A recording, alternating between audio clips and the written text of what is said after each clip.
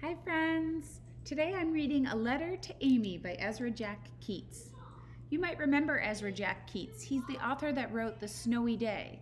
That's the story that I gave you as your Christmas present this year, and the story that we enjoyed together in January during the snowy weather. Let's see what happens to Peter here. I'm curious, I don't think this one is going to be about snow. When I look at Peter, he's in a raincoat and a rain hat, just like Weather Bear, right? And then I see this across the sky. What is that? I think it's lightning.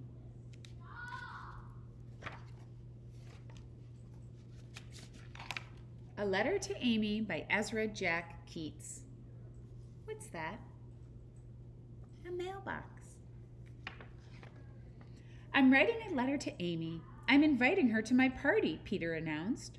Why don't you just ask her? You didn't write to anyone else, said his mother. Peter stared at the sheet of paper for a while and said, Well, this way it's sort of special.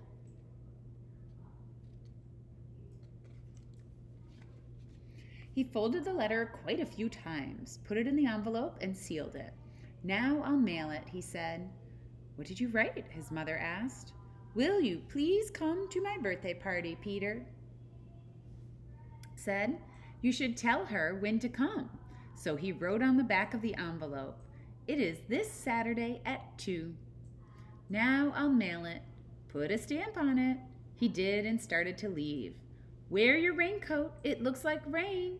He put it on and said, It looks like rain. You better stay in, Willie, and ran out to mail his letter.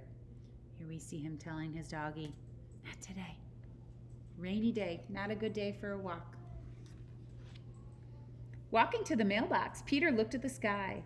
Dark clouds raced across it like wild horses. He glanced up at Amy's window. She wasn't there. Only Pepe, her parrot, sat peering down. Here we see Pepe. Willie, didn't I tell you to stay home? Where's Willie? Can you see him on the page? That's right, I see him right here, peeking his head out. You can tell it's a stormy day. We can't even see the rest of Willie. He's being covered by the storm. Peter thought, what will the boys say when they see a girl at my party? Suddenly there was a flash of lightning and a roar of thunder. A strong wind blew the letter out of his hand. Peter chased the letter. He tried to stop it with his foot, but it blew away. Has that ever happened to you? Have you had something in your hand that's been taken away by the wind? I remember that we found Paige's kite one day flown across the street after school, and we thought about what maybe happened to Paige's kite that made it fly so far away from her backpack. Then it flew high into the air. And landed skipping across a hopscotch game. He's just about to get it. The letter blew this way and that, and Peter chased it this way and that. He couldn't catch it. Big drops of rain began to fall. Just then, someone turned the corner. It was Amy. She waved to him, and the letter flew right toward her. She mustn't see it, or the surprise will be spoiled. They both ran for the letter. No, I think Amy thinks she's helping Peter. She's going to grab whatever he wants.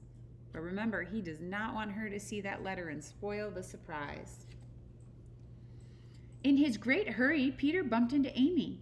He caught the letter before she could see it was for her.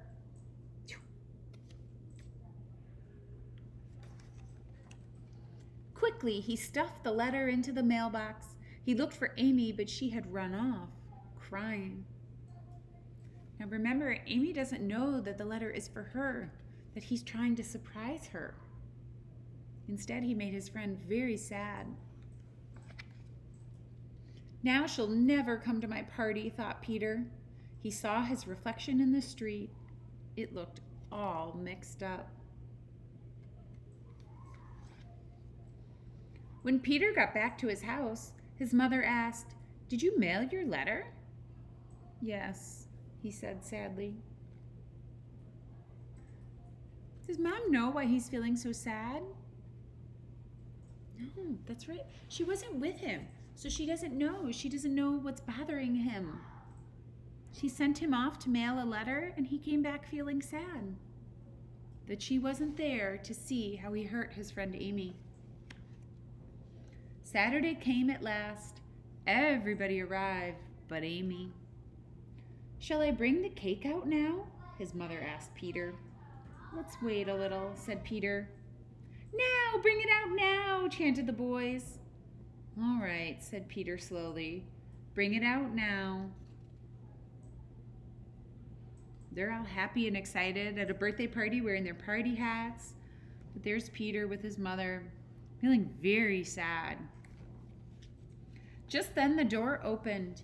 In walked Amy with her parrot. "A girl? Ugh," said Eddie. "Happy birthday, Peter," said Amy. "Happy birthday, Peter," repeated the parrot. Peter's mother brought in the cake she had baked and lit the candles. Everyone sang. "Make a wish," cried Amy. "Wish for a truck full of ice cream," shouted Eddie. "A store full of candy and no stomach ache." But Peter made his own wish and blew out all the candles all at once. Can you blow them out? You have to take a deep breath. The end. Friends, there's so many wonderful things to talk about in this story. Mailing letters, celebrating birthdays, and we have lots of activities planned for you this week about those two things. So enjoy the fun with Mom and Dad. I hope you're having a good time at home and taking good care of everyone in your family. I miss you so much, and I'll see you next time. Bye.